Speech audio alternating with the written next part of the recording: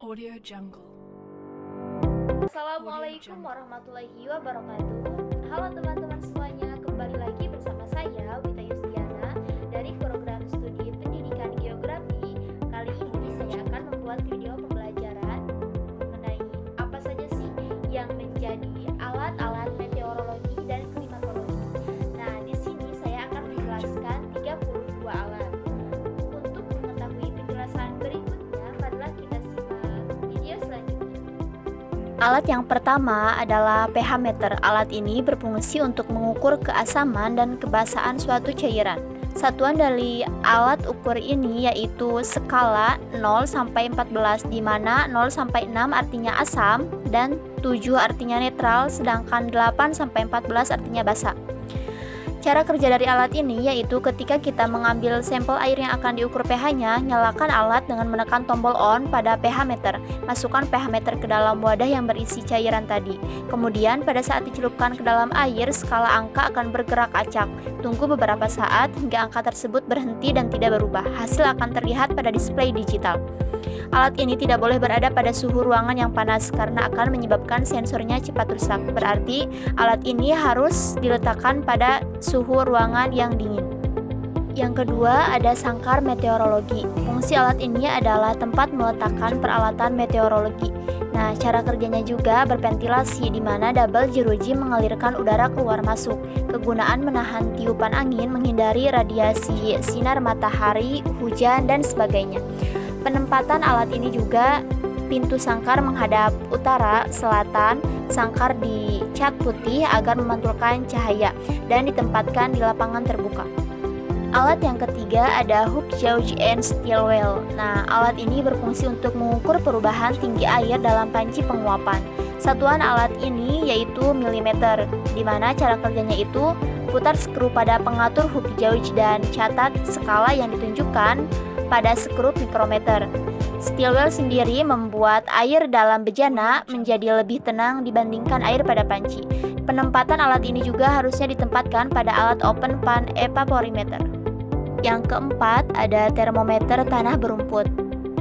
Nah, ini berfungsi untuk mengukur suhu tanah berumput, di mana satuannya itu yaitu derajat Celcius. Cara penggunaannya, termometer berada dalam tabung gelas yang berisi parafin, kemudian tabung diikat dengan rantai lalu diturunkan dalam selongsong tabung logam. Pembacaan dilakukan dengan mengangkat termometer tersebut dari dalam tabung logam, kemudian dibaca. Alat ini yang kelima ada termometer tanah tidak berumput. Nah, alat ini itu berfungsi untuk mengukur suhu tanah yang tidak berumput. Satuannya pun sama, yaitu derajat Celcius. Cara penggunaannya sama dengan termometer tanah berumput. Alat ini disimpan pada lapangan dengan kondisi tanah yang tidak berumput. Yang keenam ada termometer minimum rumput. Alat ini itu berfungsi untuk mengukur suhu terendah atau minimum pada permukaan tanah yang berumput. Satuannya itu derajat Celcius. Prinsip kerjanya yaitu jika suhu turun maka alkohol akan menyusut dan permukaan alkohol akan menarik indeks ke arah skala lebih kecil. Sebaliknya jika suhu naik permukaan alkohol naik sedangkan indeks tetap tertinggal. Hal itu menunjukkan skala terendah yang dicapai suhu udara. Alat ini sebaiknya diletakkan pada tanah yang berumput dengan bagian atas yang tertutup agar tidak terkena sinar matahari secara langsung. Alat yang ketujuh ada open pan evaporimeter atau yang kita kenal dengan panci penguapan. Alat ini itu berfungsi untuk mengukur penguapan yang terjadi pada suatu permukaan atau area tertentu seperti danau, waduk, sungai, dan lain-lain. Satuan dari alat ini yaitu milimeter. Jadi, cara kerjanya itu semakin luas permukaan panci, maka semakin representatif atau semakin mendekati penguapan yang sebenarnya terjadi pada permukaan tersebut. Alat ini diletakkan pada tempat yang terkena sinar matahari secara langsung dan jauh dari pohon atau bangunan-bangunan. Yang kedelapan ada psikrometer standar. Nah, alat ini itu berfungsi untuk mengukur suhu udara dan kelembaban udara. Satuan untuk alat ini itu derajat Celcius untuk suhu udara, sedangkan untuk kelembaban yaitu persen. Cara penggunaan alat ini yaitu termometer bola kering, tabung raksa dibiarkan kering sehingga akan mengukur suhu udara yang sebenarnya. Sedangkan termometer bola basah dibasahi agar suhu yang terukur adalah suhu saturasi atau titik jenuh, yaitu suhu yang diperlukan agar uap air tidak berkondensasi. Cara penyimpanan alat ini pun dengan meletakkannya secara lurus dan tunggu beberapa menit agar alat dapat menyesuaikan suhu dengan daerah sekitar. Yang kesembilan ada termohigrograf. Nah, alat ini itu berfungsi untuk mencatat suhu udara dan kelembaban nisbi. Satuannya itu yaitu derajat Celcius, di mana cara penggunaan alat ini menggunakan sensor suhu yang terbuat dari logam. Jadi apabila udara panas logam akan memuai dan menggerakkan pena ke atas. Bila udara dingin maka logam akan mengerut dan gerakan pena akan turun. Alat ini itu sebaiknya diletakkan dalam sangkar meteorologi. Yang ke-10 ada HV sampler atau High Volume Air Sampler.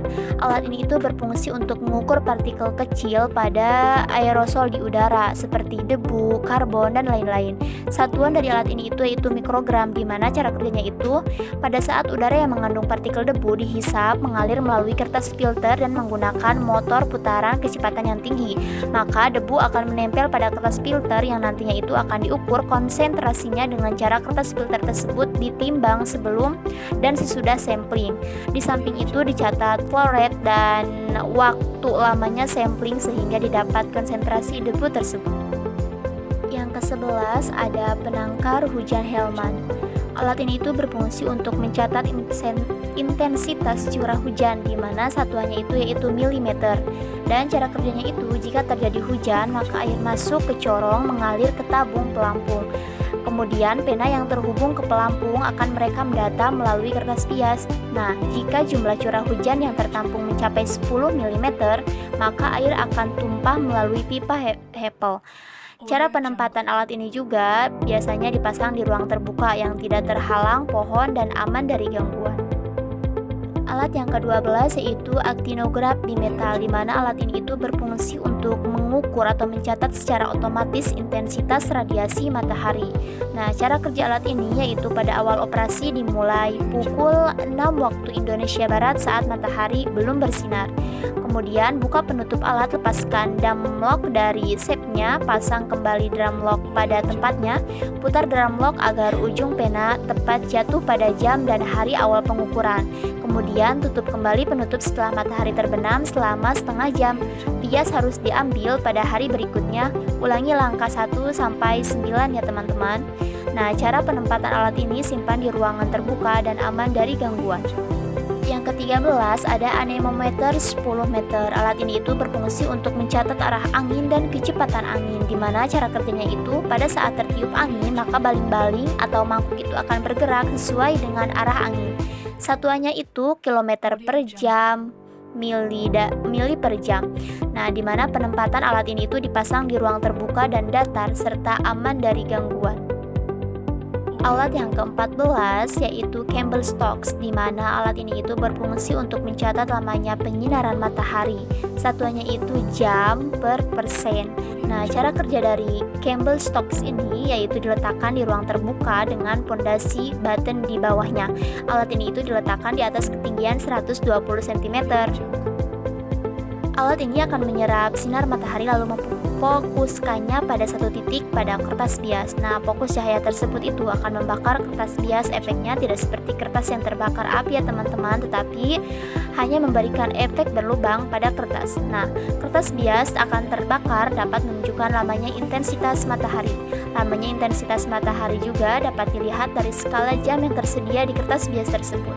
Panjangnya lubang pada kertas bias disinkronkan dengan skala jam, maka kita dapat melihat beberapa lama cahaya matahari itu bersinar. Alat yang ke-15 ini yaitu Gun Bellany, di mana alat ini itu berfungsi untuk mengukur total radiasi matahari selama satu hari. Satuan alat ini itu yaitu centimeter kuadrat atau milimeter. Nah, cara kerja alat ini itu melalui proses penguapan zat cair yang berbanding lurus dengan radiasi yang diterima, dan waktu pengapatannya itu dilakukan pada waktu pukul 7 waktu Indonesia Barat, di mana sensor berbentuk bulat hitam berisi air dihubungkan dengan tabung buret. Nah, radiasi yang diterima menyebabkan sensor panas dan zat cair menguap. Cara penempatan alat ini juga ditempatkan di tempat yang terbuka. Yang ke-16 ada lisimeter, di mana alat ini itu berfungsi untuk mengukur evapotranspirasi. Nah, Satuan dari alat ini juga yaitu liter. Cara kerjanya itu dimulai pada waktu pukul 7 pagi atau 8 waktu setempat, atau sebelum matahari belum tinggi juga ya teman-teman. Tuangkan air pada masing-masing tanah pengujian sebanyak 8 liter air. Setelah itu tunggu sampai waktu 24 jam. Kemudian ambil air melalui keran yang berada di bagian bawah dan kemudian dilakukan pengukuran berapa liter jumlah air yang meluap. Letakkan alat ini di tempat terbuka. Yang ke-17 ada anemometer cup counter, di mana alat ini itu berfungsi untuk mengukur kecepatan angin dengan satuannya itu kilometer per jam. Nah, cara kerjanya itu baling-baling akan berputar terdorong oleh hembusan angin. Putaran tersebut diteruskan ke counter berupa pertambahan nilai pada angka-angka counter tersebut. 3 kali putaran penuh, nilai counter akan bertambah sebesar 0,01. Alat ini juga ditempatkan di ruangan terbuka ya teman-teman. Yang ke-18 ada pitch evaporimeter, di mana alat ini itu berfungsi untuk mengukur penguapan, satuannya itu milimeter. Nah, cara kerjanya itu alat ini dibaca 3 kali sehari, yaitu pada pukul 7.30, 13.30, dan 17.30 waktu Indonesia Barat. Maka jadi setiap pagi sesudah pembacaan pertama, alat tersebut diisi kembali dengan air destilasi. Alat ini juga diletakkan pada bidang datar seperti meja. Yang ke-19 ada solarimeter, di mana alat ini itu berfungsi untuk mengukur radiasi matahari secara total. Satuannya itu meter kubik. Cara kerja alat ini itu untuk memperoleh data intensitas matahari secara kontinu, maka solarimeter dihubungkan ke sebuah alat pencatat yang dinamakan dengan chart recorder yang bekerja berdasarkan keseimbangan antara sinyal. Alat ini disimpan pada ruangan terbuka dengan posisi matahari yang tidak terhalangi. Yang ke-20 ada barometer air raksa. Alat ini itu berfungsi untuk mengukur tekanan udara dengan satuannya itu milibar. Cara kerja alat ini itu hanya dengan memperhatikan gerakan air raksa yang terdapat dalam kolom merkuri yang terdapat tekanan rendah. Cara penempatan alat ini ditempatkan pada bidang datar, di ruangan terbuka atau di dalam ruangan. Nah, alat yang ke-21 ini yaitu barograf. Alat ini itu berfungsi untuk mencatat tekanan udara secara otomatis. Satuannya itu milibar, di mana cara kerjanya itu arah angin akan menggerakkan pena pencatat pada kertas sehingga diketahuilah tekanan udaranya. Pengaplikasian harus menghubungkan beberapa kapsul sel aneroid dengan sebuah pena untuk membuat track dan khusus hanya untuk merekam data. Cara penempatan alat ini disimpan pada bidang datar di luar ruangan ataupun bisa di dalam ruangan. Yang ke-22 ada ombrometer, di mana alat ini itu berfungsi untuk mengukur curah hujan dengan satuannya itu milimeter. Cara kerja alat ini yaitu ketika curah hujan masuk melalui corong, untuk pengapatannya buka gembok keran penakar hujan, masukkan ke dalam gelas penakar pelan-pelan sampai habis, kemudian lakukan pembacaan dan catat hasilnya. Penempatan alat ini itu harus ditempatkan di lapangan terbuka yang jauh dari pepohonan. Yang ke-23 ada termometer apung. Alat ini itu berfungsi untuk mencatat suhu maksimal dan minimal pada air selama 24 jam. Satuan alat ini itu yaitu derajat Celcius atau derajat Kelvin. Yaitu cara kerjanya, suhu maksimal akan ditunjukkan oleh ujung kanan indeks kembali setelah suhu dibaca dan digunakan magnet batang. Penempatan alat ini itu mengapung di atas air. Yang ke-24 ada alat lighting counter, di mana alat ini itu berfungsi untuk mengetahui banyaknya sembaran petir yang mengenai sebuah penangkal petir pada struktur bangunan. Satuannya itu volt.